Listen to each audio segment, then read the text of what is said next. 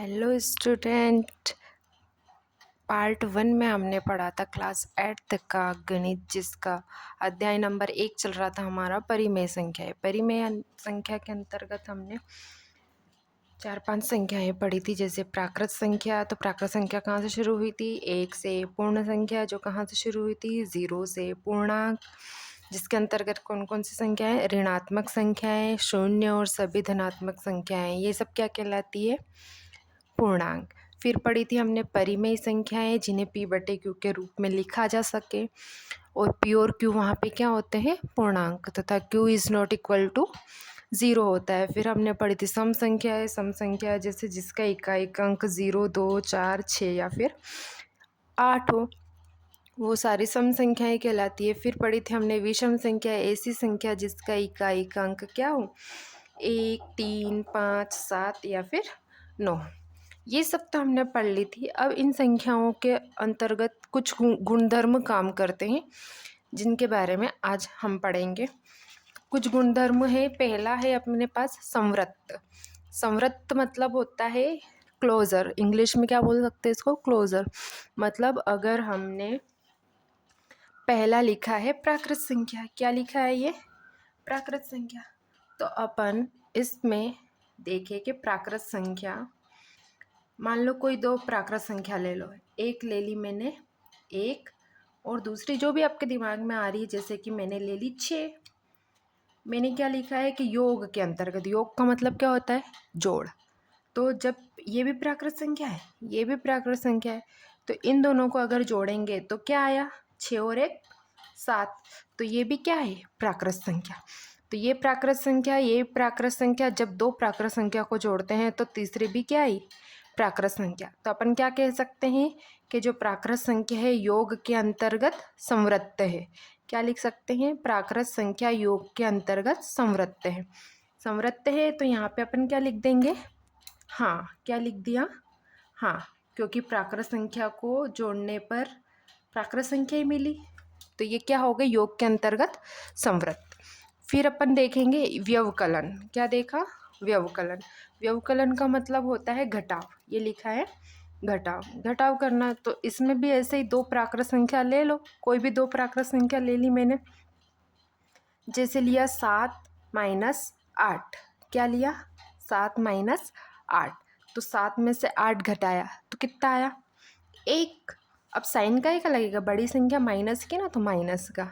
ठीक, तो ये प्राकृत संख्या है, ये भी प्राकृत संख्या है, पर ये प्राकृत संख्या मिली क्या? नहीं मिली। ऐसे अगर मैं दूसरा उदाहरण देख लूँ, 10 माइनस 6।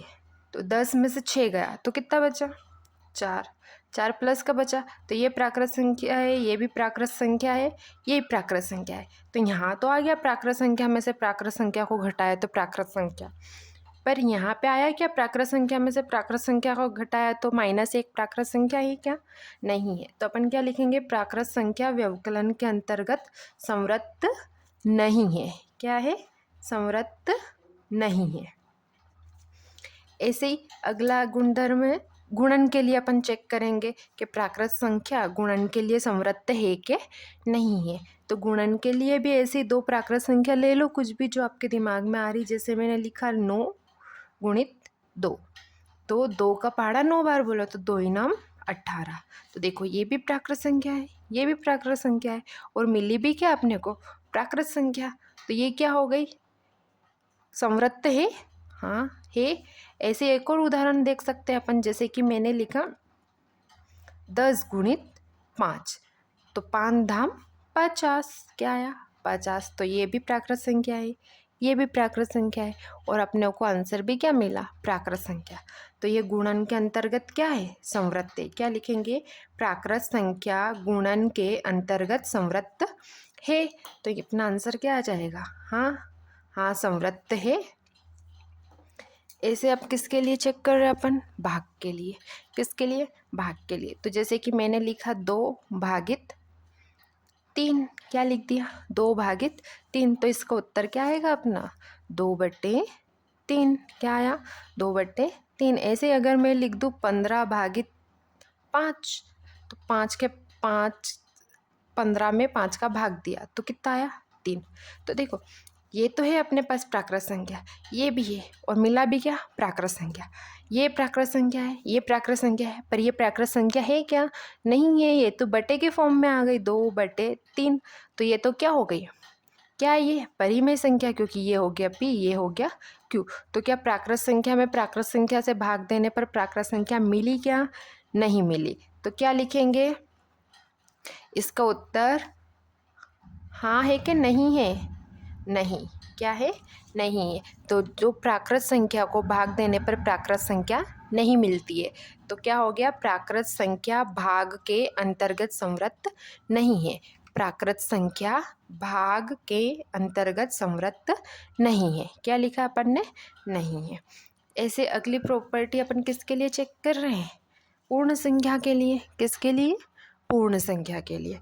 अब पूर्ण संख्या कोई सी भी दो पूर्ण संख्या ले लो, जैसे कि मैंने माना ये है 5 + 7, तो 5 में 7 को जोड़ा तो कितना आया, 12। तो ये भी पूर्ण संख्या है, ये भी पूर्ण संख्या है, तो मिला भी क्या, पूर्ण संख्या। ऐसे ही मैं लिख दूँ 10 + 0, तो ये भी पूर्ण संख्या है, ये भी पूर्ण संख्या, और मिला भी क्या, क्या मिलेगा, 10। तो ये भी पूर्ण संख्या है, मतलब पूर्ण संख्या को पूर्ण संख्या में जोड़ने पर पूर्ण संख्या मिली। ऐसे ये भी पूर्ण संख्या को जोड़ने पर क्या मिला, पूर्ण संख्या। तो ये पूर्ण संख्या योग के अंतर्गत संवृत्त हुई कि नहीं हुई है। तो यहाँ पे आंसर क्या लिख दिया अपन ने, हाँ, पूर्ण संख्या योग के अंतर्गत संवृत्त है। ऐसे अब किसके लिए चेक करेंगे, माइनस के लिए। तो मैंने लिख दिया यहाँ पे, क्या लिख दिया, 9 - 2, तो कितना हो गया, 9 में से 2 गया तो कितना बचा, 7। तो ये पूर्ण संख्या है, ये भी पूर्ण संख्या है, और ये क्या हो गया, ये भी पूर्ण संख्या है। ऐसे ही अगर मैं लिख दूँ 13 - 17, तो 13 में से 17 गया तो कितना बचा अपने पास, 4। कितना बचा, 4। 13 में से 17 गया तो 4 बचा। अब ये माइनस का है तो अपना आंसर भी काय का बचा, माइनस का। तो ये तो हो गई थी अपनी पूर्ण संख्या, पर ये है क्या पूर्ण संख्या, नहीं है, ये तो पूर्णांक हो गया, नेगेटिव आ गई अपनी संख्या। तो क्या लिखेंगे, ये संवृत्त हुई कि नहीं हुई, नहीं हुई, क्या है, नहीं है। तो क्या हो गया अपना आंसर, पूर्ण संख्या व्यवकलन के अंतर्गत संवृत्त नहीं है। अब किसके लिए करेंगे, गुणा के लिए। तो गुणा के लिए करेंगे, कोई सी भी दो पूर्ण संख्याएं ले लो, जैसे कि मैंने लिया 5 × 0 ले लिया, चलो तो 0 का पहाड़ा 5 बार बोला तो क्या आया, 0। ऐसे ही अगर मैं लिख दूँ 15 × 7, अब गुणा कर दो इनका, तो 15 × 7 105। तो ये है पूर्ण संख्या, ये भी है पूर्ण संख्या, तो उत्तर भी क्या मिला, पूर्ण संख्या। ये है पूर्ण संख्या, ये भी है पूर्ण संख्या, तो उत्तर भी क्या मिला, पूर्ण संख्या। तो क्या लिख सकते हैं अपन, पूर्ण संख्या गुणन के अंतर्गत संवृत्त है। क्या है, संवृत्त है। तो आंसर क्या आ गया, हाँ, संवृत्त है। ऐसे अब भाग के लिए चेक करेंगे। तो भाग के लिए क्या हो गया, कोई सी भी दो संख्या ले लो, जैसे मैंने ले लिया 20/2, तो 20 में 2 से भाग दिया तो कितना आंसर आया, 10। तो ये भी पूर्ण संख्या है, ये भी पूर्ण संख्या है, तो उत्तर भी क्या मिला, पूर्ण संख्या। मतलब ये तो संवृत्त होनी चाहिए। चलो एक और उदाहरण देते हैं। मैंने लिखा यहाँ पे 15/4, तो इसमें भाग जा रहा है क्या, नहीं जा रहा है, तो क्या आंसर आया, 15/4। तो ये क्या हो गई, ये पूर्ण संख्या है, ये भी पूर्ण संख्या है, पर ये पूर्ण संख्या है क्या, नहीं है, ये तो क्या है, परिमेय संख्या है। तो क्या लिखेंगे, पूर्ण संख्या भाग के अंतर्गत संवृत्त नहीं है। क्या लिखेंगे, पूर्ण संख्या भाग के अंतर्गत संवृत्त नहीं है। फिर अगली संख्या क्या है अपने पास, पूर्णांक। क्या है, पूर्णांक। अब पूर्णांक अपने को पता है कि सभी माइनस वाली संख्याएं 0 और प्लस वाली संख्याएं होती हैं।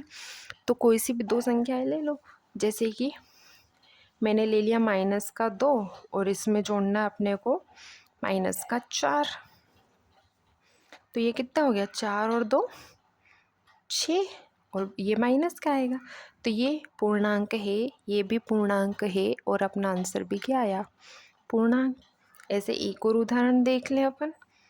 ये लिखा 4 प्लस माइनस का 10, तो ये इसमें से गया तो कितना बचा, माइनस का 6। तो ये भी पूर्णांक है, ये पूर्णांक है, और अपना आंसर भी क्या आया, पूर्णांक। तो ये योग के अंतर्गत संवृत्त है। क्या है, योग के अंतर्गत संवृत्त है। ऐसे ही अपन करेंगे घटाव का। तो घटाव का जैसे कि मैंने ले लिया, ये है 15 माइनस 7। तो 15 में से 7 गया तो कितना बचा, 8। ये पूर्णांक है, ये भी पूर्णांक है, और ये भी क्या मिला, पूर्णांक। फिर ऐसे एक और उदाहरण लेते हैं। जैसे कि मैंने लिया 15 प्लस, माइनस कर रहे हैं ना अपन, माइनस 6।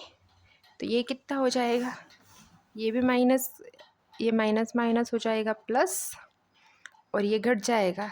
तो 15 में से 6 गया तो कितना बचा, 9। काय का बचा, माइनस का। तो ये पूर्णांक है, ये भी पूर्णांक है, और अपना आंसर भी क्या आया, पूर्णांक। तो क्या लिखेंगे, पूर्णांक व्यवकलन के अंतर्गत संवृत्त है। पूर्णांक व्यवकलन के अंतर्गत संवृत्त है। ऐसे ही किसका चेक करेंगे, गुणन का। तो कोई सी भी दो संख्याएं ले लो। ये लिखा मैंने 2 इंटू माइनस का 6। देखो ये भी पूर्णांक है, ये भी पूर्णांक है, तो इन दोनों का गुणा करा, 6 दूनी 12, काय का आया, माइनस का। तो ये पूर्णांक, ये भी पूर्णांक, और आंसर भी क्या आया, पूर्णांक। फिर ऐसे ही और चेक कर लो। मैंने लिखा यहाँ पे 20 गुणित 0। चलो 0 का गुणा 20 में करा तो क्या आया, 0। तो देखो ये भी पूर्णांक है, ये भी पूर्णांक है, और आंसर भी क्या है, पूर्णांक। तो क्या हुआ, पूर्णांक, पूर्णांक गुणन के अंतर्गत संवृत्त है। क्या लिखेंगे अपन, पूर्णांक गुणन के अंतर्गत संवृत्त है। तो आंसर क्या आ गया, हाँ। ऐसे अब किसके लिए चेक करेंगे, भाग के लिए। तो ये हो गया अपना, जैसे मैंने कुछ लिख दिया, माइनस का 12 भागित 2। 12 में 2 से भाग दिया तो 2 छंग 12, क्या आया, माइनस का। तो ये भी पूर्णांक है, ये भी पूर्णांक है, तो आंसर क्या आया, पूर्णांक। फिर ऐसे अगर मैं लिख दूँ यहाँ पे 6 भागित 5, क्या लिखा मैंने, 6 भागित 5। तो इसमें भागने जा रहा, तो ये हो गया 6/5। तो ये पूर्णांक है क्या, ये तो नहीं है पूर्णांक, ये तो परिमेय संख्या है। तो फिर ये भाग पूर्णांक भाग के अंतर्गत संवृत्त हुआ क्या, नहीं हुआ। तो क्या लिखेंगे, भाग पूर्णांक के अंतर्गत संवृत्त नहीं है। क्या है, नहीं है। तो ये आ गया अपना आंसर, नहीं है। अब अगला है अपना परिमेय संख्या। क्या है, परिमेय संख्या। परिमेय संख्या सबको पता है कैसी होती है, P/Q के फॉर्म में लिखते हैं, और Q और P दोनों क्या होते हैं, पूर्णांक, तथा Q किसके बराबर नहीं होता है, 0 के। तो Q को अपने को 0 नहीं लेना है, बाकी सब ले सकते हैं। जैसे कि पहली संख्या ली मैंने 1/2 प्लस 4/2, इनको जोड़ना है। तो देखो इनका हर तो पहले से एक जैसा है, तो 2 तो एलसीएम आ गया, और ये जोड़ा 1 + 4 तो कितना आ गया, 5/2। देखो 1/2 परिमेय संख्या है, 4/2 भी परिमेय संख्या है, तो अपना आंसर भी क्या आया, 5/2। ऐसे ही अगर मैं दूसरी संख्या ले लूँ 3/2 प्लस 1/5, तो इनका एलसीएम आ गया 10, और ये हो जाएगा 5 3 15 प्लस इसका गुणा करा तो ये हो जाएगा 2 1 2। तो आंसर कितना आ गया, 17/10। तो देखो ये भी परिमेय संख्या थी, ये भी परिमेय संख्या थी, और मिला भी क्या, परिमेय संख्या। तो क्या लिखेंगे अपन, परिमेय संख्या योग के अंतर्गत संवृत्त है। क्या लिखेंगे? परिमेय संख्या योग के अंतर्गत संवृत्त है। तो क्या लिख दिया अपन ने? हाँ। ऐसे ही अगर मैं लिखूँ 1/4 माइनस 2/4, तो ये परिमेय संख्या है। ये परिमेय संख्या है। अब किसके लिए चेक कर रहे हैं? व्यवकलन के लिए, मतलब माइनस करना है। तो ये हो गया 4 और 1 माइनस 2, तो 1 में से 2 गया तो कितना बचा? माइनस का 1/4। तो ये परिमेय संख्या है, ये भी परिमेय संख्या है और मिली भी क्या? परिमेय संख्या।